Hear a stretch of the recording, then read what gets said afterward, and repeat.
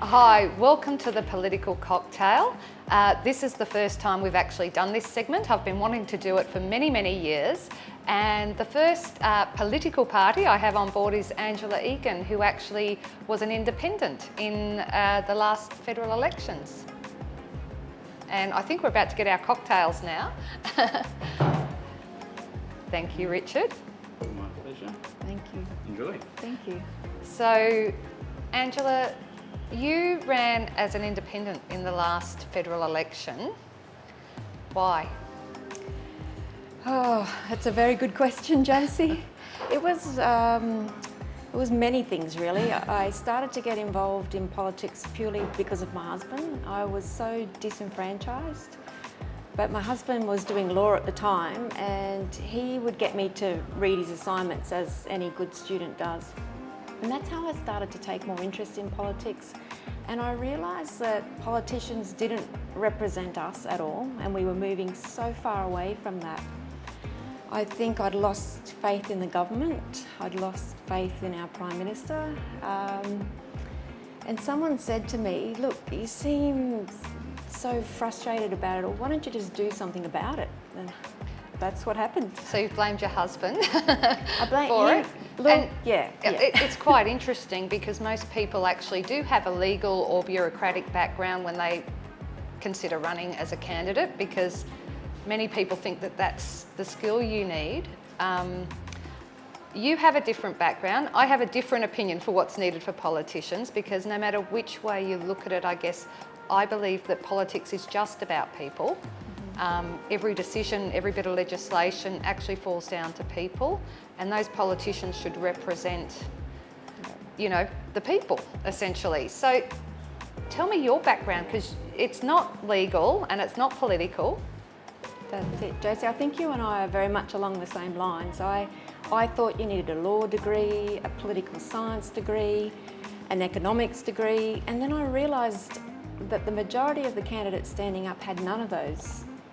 Not saying you needed to have a degree behind you to stand, but you're exactly right. Being a politician, you are representative of your community, and I felt that the people standing couldn't be further from the truth. My background now is medicine, so I'm a doctor. I was a rural doctor working in a remote Indigenous community, and that's my job every single day, is to advocate for people, for families, for my community, to try and bring about better outcomes. And I think I just got frustrated that the government would say one thing, and yet I was looking at the people that we were so-called supposed to be helping, and it couldn't be further from the truth. Yeah, I guess so I guess there's a couple of things here. One, it's difficult to run as an independent when you, in this last federal election, we actually saw some really unique things happen where a lot of independents actually came together under a loose one banner kind of approach, and some were successful. You weren't. What are the barriers to getting into politics? So you feel very strongly about things, but that's not enough, right? That's it. Tell me about your actual campaign. What did you go through? Look, I think there's many things you go through, like all projects. There's a lot of ups and downs, but there was more ups. And as I started to get into the fact that, and people realised I was an independent, immediately the barriers came down, because I wasn't there for any political agenda. I didn't have... There is a political agenda though, right? So you have a political agenda. Just back on the campaign, how hard is it to actually get your policies and ideas and thoughts around some political reform out to the broader public so that they know that there's an option even? It's incredibly hard, and you can't overcome the concentrated media block, and that was probably my biggest barrier. The majority of people think there's just two parties, so what's the point in voting for an independent? You're never going to win. And I actually knew I wasn't going to win, and that wasn't the goal. The goal for me was, at the time, I felt climate change was a huge thing that everybody was talking about. And as a doctor, you might think, well, what do you care about that? But we were already seeing it. We see major flooding events, it's us on the front line that are dealing with that, or healthcare professionals. We weren't talking about those things. And I saw that the independents, like you alluded to, there was a movement of independent, strong women that were coming together based on climate change. And I think that's what motivated me. I thought, well, hang on a minute, they're doctors like me, they're talking about climate change, but I tried to come at it from a health perspective, which was quite difficult because we weren't seeing it. We were in the middle of a pandemic, and people were preoccupied with the pandemic, but people couldn't link that to a changing or unstable climate, or why even a doctor would care. And overcoming, as I said, that concentrated media block was really hard. Yeah, so explain to me, because I guess I actually am interested in politics, and I saw some interesting commentary around different things, but I didn't actually see you as just advocating around climate change. So what other areas, I mean, obviously we've got the reef here, so, you know, it's an obvious measure, I guess, of how we're treating the earth. You mentioned that even from a health perspective, what other things, I mean, you're talking about the flooding events, fire events down south. It's been a tricky few years, really, hasn't it, for frontline staff? Exactly, it was. Yeah. I think, and healthcare workers were at crisis point. We were in a healthcare crisis ourselves. So, I mean, I think first and foremost, I felt, as I said, I wasn't represented. I looked at the time when I was invited to the first candidates debate, and I was the only female, and I certainly was the only independent. Bob Catter came up to me after my opening speech and said, He's an interesting man. In the best possible way, you know, agree with him or not, he's an interesting man. Well, why did you decide to run? And I thought it was obvious. I said, well, look around the room. You didn't see, there's no females here. There's no female voice, first and foremost. And I felt that, I mean, I'd come from a military background before medicine. I felt that the things that the Army instilled in me were leadership qualities. I couldn't see that. I couldn't see that in our national parliament. Okay, so here's a tricky question. This is one I struggle with a little bit, but don't let that deter any politicians from any party, because I'm not apolitical, but do you think maybe the two majors, and all the majors, I'll include the Greens in that, have become a bit like a machine? Absolutely. And it's not, I feel very passionately about representing your constituency, whether I agree with the outcomes of that or not.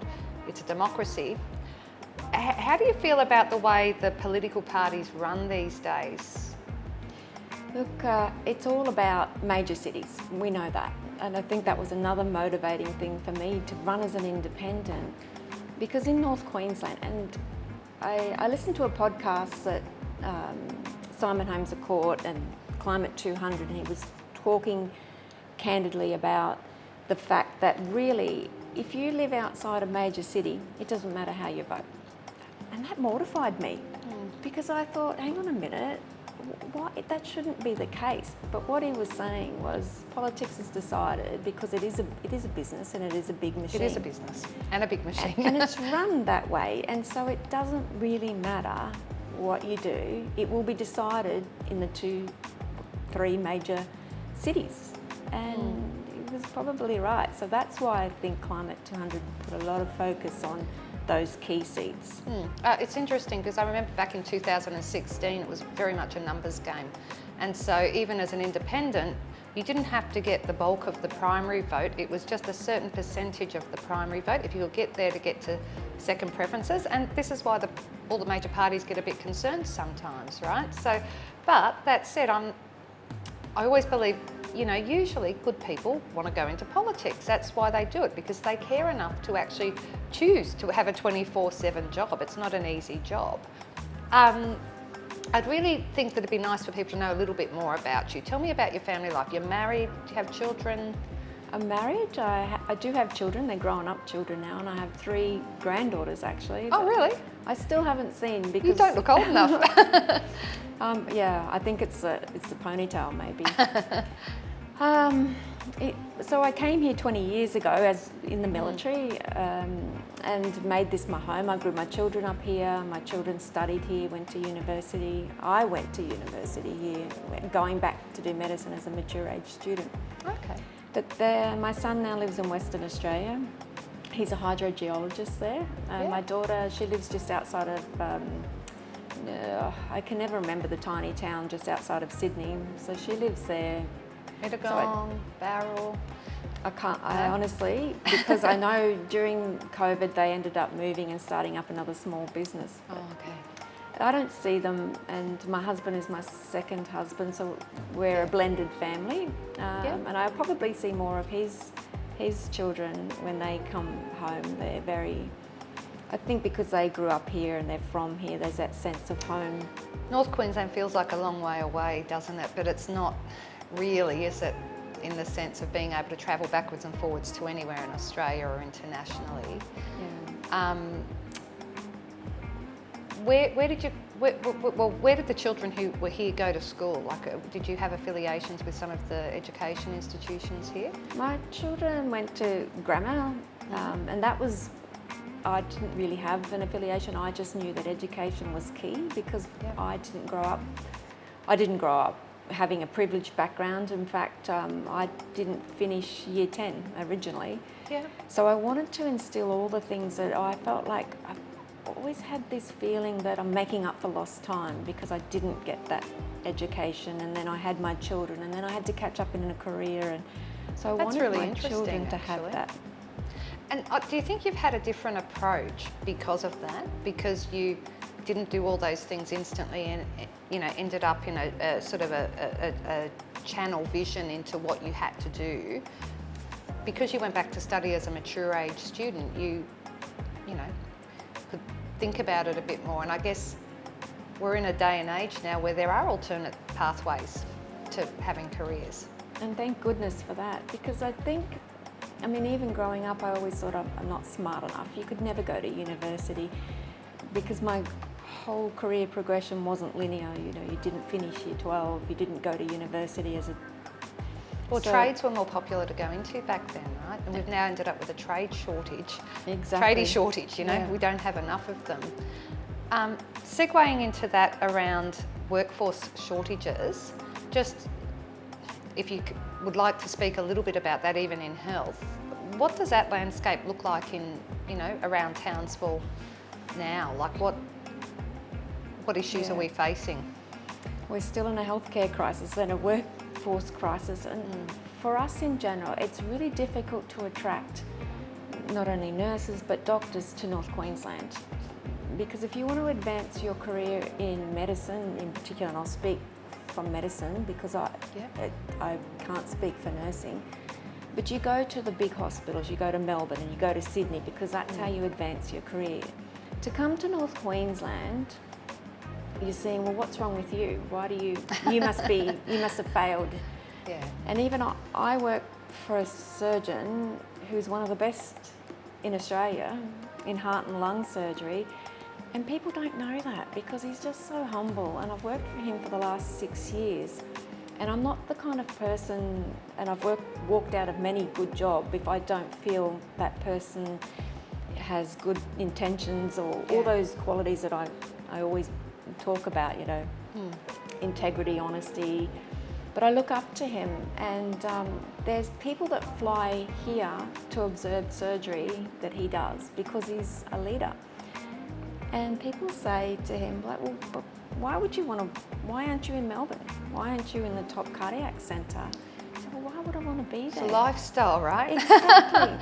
I guess Exactly. Part of everything we're doing with this magazine is helping people to see the lifestyle that's actually available to people. Because I lived in Sydney for 20 years, and I can honestly say this is home for me now. I haven't been here that long, but North Queensland has a beautiful lifestyle, right? Like, it's not like anywhere else in the world. It's like living on the Mediterranean For at least about Yeah. 325 days of the year, we have stunning weather. Absolutely. And it's, I think it's difficult for some people to actually realise that, you know. They just don't realise that Townsville is not associated necessarily with that, but it is just this booming city, booming region that has this beautiful, look at this beautiful bar we're in now, right? Like these great little Melbourne style bars, and I refer to it as a Melbourne style bar because it's not necessarily yet a Townsville style bar, but the idea that, you know, it's a place where you can grow and learn. What are your feelings on living in this city for the last 20 years? Obviously you've seen it change and grow. I have, absolutely. But I'm like you. Why would you want to be anywhere else? Yeah. Like you said, we've got Magnetic Island, the Great Barrier Reef. I think if we had an international airport, maybe we would attract professionals to the I have to heard the city. whispers that could be happening. I have too, so we'll wait and see. Yeah. We'll wait and see. I think it's been around for a while, but yeah. Yeah, I think if people realise, and I mean, I was caught up in that. It was, like I said, I felt like I had to make up for lost time, and I just finished medicine, and then I've got to get on training program, and then I have to go to, and then it was like this light bulb moment I had when I was working in ICU at the time, and I thought, hang on a minute, I'm 52 now, but at the time I was in my 40s, and I thought, life is passing me by. And it's probably why my children just went on and did their own thing. So it's a balancing act, but and women somehow, we just are supposed to do that. We're supposed to balance Everything. everything. Absolutely everything. Everything. But when you see people your age or younger with life-limiting illnesses, like I said, I just thought, why am I waiting before I buy the farm that I want, and I want horses back in my life? Do you have horses and a farm back in your I life? do. Like, I just, Tick. I tell you what happened, and I went home to my husband and I said, oh, I bought a horse. Remember how we always said when we retire we'll have horses again? Well, I bought a horse. I have to come to your place. I grew up with horses too. So Oh, there you go. Can Well, ride a horse, can't ride a push bike, interestingly. That's so, all right. Well, I've 9 yeah. of them, so Oh, yeah. do you? My husband just kept, when you have some land, you just keep collecting animals, and we're wildlife carers, and we just keep collecting, and we have this heart for animals, collecting animals, so yeah. So you're a huge animal lover too. Absolutely, and I think that's where I was trying to tie in, you know, health and the environment, and it's all interconnected, and having good mental health meant, I mean, when I asked people, they'd go to work and I'd say, oh, well, what did you do for the weekend? And they went mountain bike riding, or they went to Magnetic Island, they went diving. They're all engaging in nature for their mental health. One of the things I loved about Townsville was that you can come here and there are people out all the time. It's not like many cities and places where people go indoors. They actually head out regularly. That's right. One last question. What would be your takeaway for people to learn a little bit more about politics? Because people don't, I don't think, see what a privilege it is to be able to vote. Absolutely. And to be, I know some people have an issue around it being something they have to do, that it's compulsory. I used to be a little bit more rebellious and think, you know, why is it compulsory? But when you see the alternative of countries that don't have it as compulsory and only the privileged get an opportunity to vote, we're very lucky here. So I guess, what would be your takeaway for people to learn about politics a little bit more? How do they do it? I think you're exactly right. People, we are so privileged, we don't realise that having the right to vote, we're so fortunate. If you look back, and First Nations people had to fight for the right to vote. Women had to fight for the right to vote.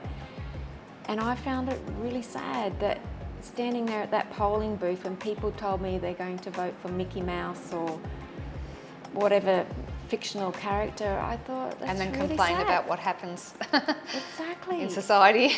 How can you expect to have a voice if you don't stand up and be that voice, or support people that are trying to be that voice? So what would I do? our education system is failing us. We're not taught politics from a young age. Are we not actually told don't talk about politics or religion? But we have religious schools. We're taught, Well, people go to school to all the old learn. cultures do it, right? They sit around doing this, having a natter, whether they agree or not, doesn't matter. They have a glass of wine or a coffee together afterwards. But just having that conversation, Exactly. you know, and being allowed, having permission to have those conversations. And I know I've often been told I'm too intense and I'm talking about things that people don't want to talk about, but, you know. But why? These. It is. Let's start a it affects revolution. And actually start You've the got me. conversation. Yeah, exactly. That's Maybe what we need to do have. that. Yeah. No, Angela, you're right. thank you so much for coming along. Cheers. Thank you. I know you didn't get a chance to have a drink, but I've had a lovely Thank you. Toblerone martini at the Oscar I Bar. don't know what I've got here. Thank you, everyone. Stay tuned. We'll be back next month again with another segment of the political cocktail at the Oscar Bar. So thanks, Townsville. We'll see you soon.